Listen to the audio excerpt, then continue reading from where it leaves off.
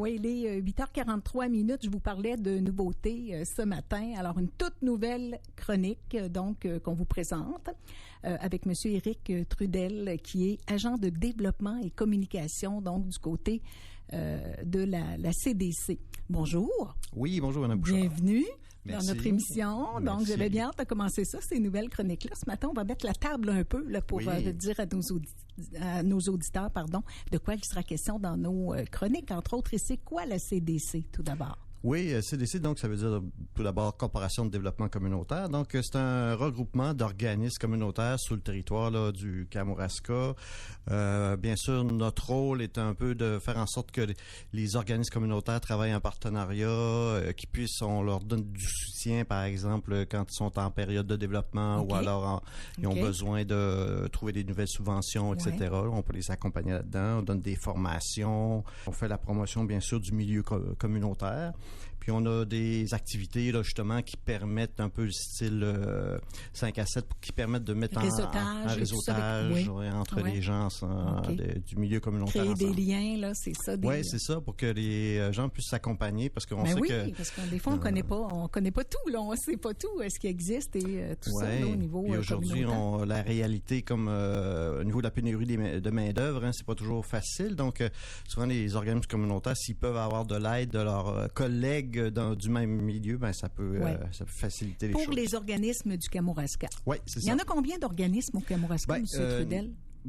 Au total, nous, on a 32 membres, mais il y en a pas nécessairement il y en a d'autres qui sont pas nécessairement membres, là, mais qui sont aussi des organismes communautaires. Je connais pas le nombre exact de tous les organismes communautaires du territoire, là, mais ce qui est de nos membres, là, ils sont au nombre de 32, là. D'accord. 32. Donc, vous êtes situé ici à la Pocatière? Oui, c'est ça. On est dans les bureaux, là, de la commission scolaire, là, dans le même service, locaux du service d'aide à l'emploi. Parce que ça fait longtemps que vous êtes là, parce qu'il me semble que je connaissais pas ça. Non, c'est ça, effectivement. Avant, on était situé à Saint-Pascal, donc ça fait peut-être même pas un an. Ça va faire un an bientôt qu'on est là. Que vous êtes ici, c'est ça? Donc, vous vous plaisez dans vos nouveaux locaux? On est bien, oui. Bon, c'est plaisant, ça. Vous allez nous parler, je voyais ici, phase 2 là, du Fonds de soutien en innovation du Bas-Saint-Laurent. C'est quoi exactement, ça? En fait, c'est une initiative là, qui est de la région, qui est pour soutenir tout ce qui est innovation.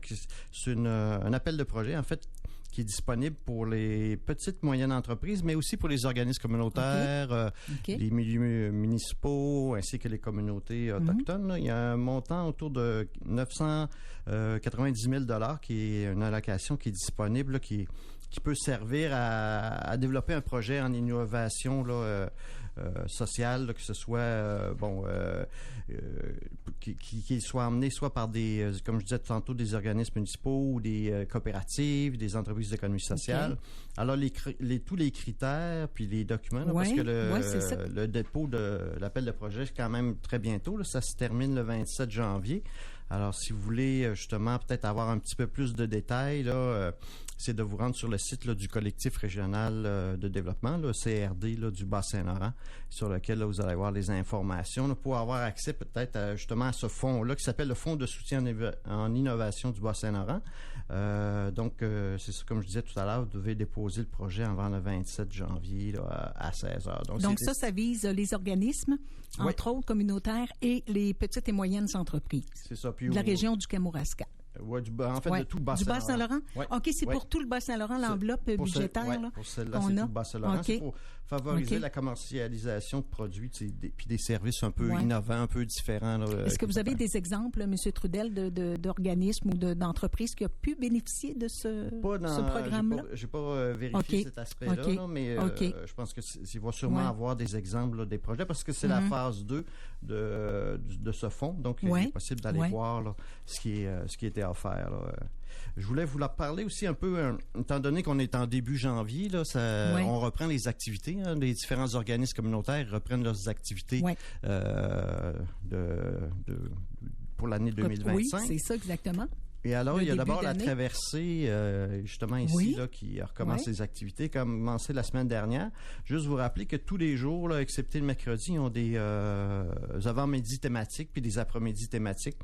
comme par exemple, là, il y en a une qui s'appelle le bienfait des câlins, un autre sur le journal créatif. Ils ont des sorties en ski de fond. Et même jeudi, cette semaine, à 19h, il y a une soirée de poésie. Alors, à la traversée. Okay. Est-ce que c'est ouvert à tout le monde pour cette soirée? Oui, bien sûr, c'est ouvert à tout le monde. Tout le monde peut y assister. On rappelle que c'est un organisme qui vient en aide aux gens là, qui ont des problématiques ou qui ont déjà eu des problématiques de santé mentale.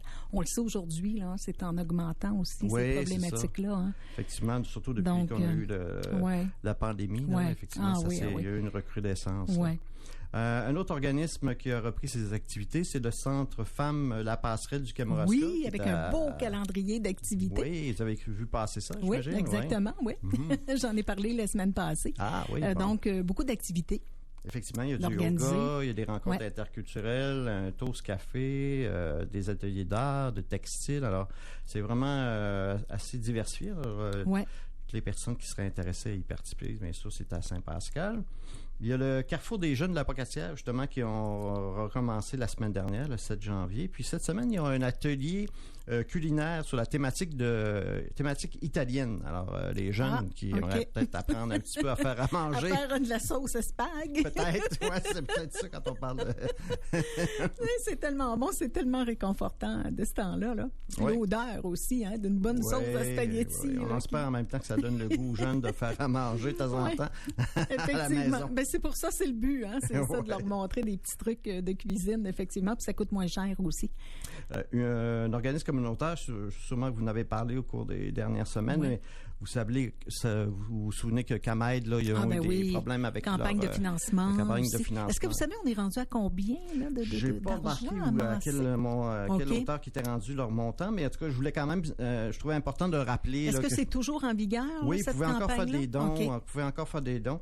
Alors, rappelez que, bon, bien sûr, ça, c'est CAMAID fait en sorte de l'aide à domicile pour permettre aux personnes âgées de rester chez elles le plus longtemps possible. Alors, vous pouvez faire des dons soit par à l'entremise de leur site Internet, au bureau municipal, à leur bureau à eux, ou alors même par paiement, là, par virement Interact, là, en utilisant la comptabilité à commercial-camaid.com avec le mot de passe don. Donc, à ce moment-là, vous pouvez apporter un soutien parce qu'effectivement, il y a l'effondrement d'un mur là, qui était vraiment quelque chose qui, bon, on s'attend pas, hein, puis qui arrive dans des moments où ils ont justement besoin d'aide pour les accompagner. Effectivement, c'est ça qu'on veut maintenir ces services-là, bien sûr, dans la région parce que c'est important.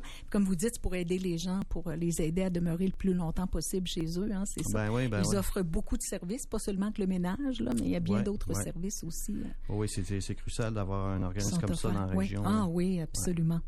On va aller peut-être maintenant plus du côté de la jeunesse. Il y a Cosmos, là, Kamouraska, qui en fait, ça a été développé à Rimouski, là, mais l'initiative Modèle Signifiant, qui a été justement développée par Cosmos Rimouski, mais qui vient ici, qui vont venir donner ici la formation, qui est en fait une courte formation qui va sensibiliser les divers professionnels sur leur influence qu'ils ont en tant que modèle pour la jeunesse.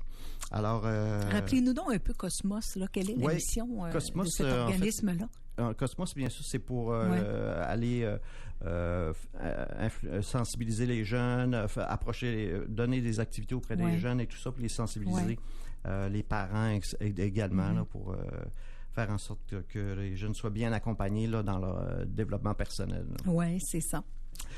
Cette formation-là, elle va mettre l'accent sur l'importance des parcours, là, des différents types de parcours que les gens peuvent avoir, là, que les défis scolaires que les jeunes peuvent avoir, et aussi l'importance du discours des adultes, là, si on accompagne les jeunes, par exemple, dans le milieu scolaire, si on les côtoie dans un différent milieu, ben c'est peut-être important, effectivement, de leur donner de montrer un modèle positif. Là, Oui, absolument. C'est primordial. Hein? C'est important de faire ça. Ça va avoir lieu à quel moment, cette rencontre-là?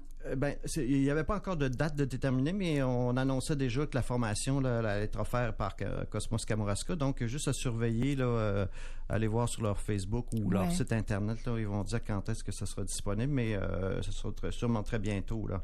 Et justement, ça me fait penser, si vous avez l'occasion de vous inscrire à notre Facebook, nous, à la CDC, justement, on partage là, toutes les activités que sur votre page CDC. CDC ou en Kamouraska. OK. Donc, à ce moment-là, vous pouvez effectivement, tout ce que je vous parle aujourd'hui, puis d'autres, bien sûr, d'autres choses bien importantes là, qui peuvent être discutées à ce moment-là. Là. Exactement. J'en profite aussi, vu qu'on arrive bientôt là, vous savez, il y a une journée le 22 janvier là, pour la santé mentale. On en parlait un petit peu tantôt. Là. Bien sûr. Justement, j'en profite pour rappeler qu'il y a le Centre de prévention suicide du KRTB là, sur le territoire. On est chanceux d'avoir des organismes comme ça dans la région. Oui, en plus de la traversée. La bouffée d'air aussi, à Rivière-du-Loup, ça, je crois. Oui, c'est ça. Oui. Exactement. Juste vous rappeler que si jamais vous-même, vous avez des difficultés, il y a un numéro de téléphone là, que vous pouvez appeler, c'est le 1-866-APPEL. Donc, c'est 1-866-277-3553. Et même aussi, par exemple, si vous êtes un proche de quelqu'un qui vit des choses difficiles, vous pouvez appeler aussi parce qu'on peut vous accompagner. Oui, absolument. Je pense que c'est obligatoire, selon moi. Il faut le faire. Hein. C'est ça. Si on se rend compte que quelqu'un va pas bien, il y a toujours des ressources, des gens qui sont là pour l'écoute. Et ça fait toute la différence. On ne peut pas négliger ça du tout. Là. Des fois, on ne sait pas comment agir. Les gens ne savent pas, des fois, c'est ça, mais je pense qu'il faut absolument prendre l'initiative de téléphoner puis de dire au moins, c'est ça, je connais quelqu'un qui va pas bien, puis... qu'est-ce que je peux faire? Qu'est-ce que je peux faire? Qu'est-ce que je peux dire? Oui, c'est ça. En tout cas, c'est sûr que l'écoute, c'est la première étape. Hein, c'est ce qui est important. Écoutez, si on voit que quelqu'un n'est pas bien. Hein. Oui, exactement. C'est ça. Alors, on le rappelle, c'est important. On aura sûrement la chance de s'en reparler de toute façon parce qu'il y a toujours des activités, des actions concrètes là, qui sont faites dans le cadre de cette semaine-là. Entre autres, là, c'est le 22 que vous parlez, la journée. Cette journée-là, c'est en prévention santé mentale, c'est le 22 janvier. Mais effectivement, il y en a plusieurs dans l'année. Il y a la semaine aussi, là, qui est en février, je crois, la semaine de santé mentale. Exactement, c'est ça. On va sûrement s'en parler. Oui, effectivement. Alors, voilà, Éric Trudel, ce fut un plaisir de vous accueillir ce matin. On va se reparler dans 2 semaines parce que là, on va dire aux gens que les chroniques seront présentées comme ça pour le communautaire, donc aux 2 semaines comme ça. On rappelle que vous êtes situé sur la 6e avenue à l'Apocatière. Si les gens ont des questions, là, peuvent toujours s'informer. Quel est le numéro de téléphone pour vous joindre? Je vous avoue, je le connais pas par cœur, là, mais, OK, mais sinon, si vous voulez m'écrire, moi, c'est info@cdckamouraska.ca. Et puis, effectivement, là, ça me fera plaisir de vous répondre. Sinon, comme je disais tout à l'heure, la page Facebook aussi. Oui, je vais aller voir ça, moi. On va voir toutes les activités aussi. C'est ça qui sont diffusées, qui ont lieu. Alors voilà, merci beaucoup Éric Trudel. On rappelle que vous êtes donc agent de développement et aux communications aussi à la CDC du Kamouraska. Merci beaucoup. Merci. Bonne journée, bonne semaine.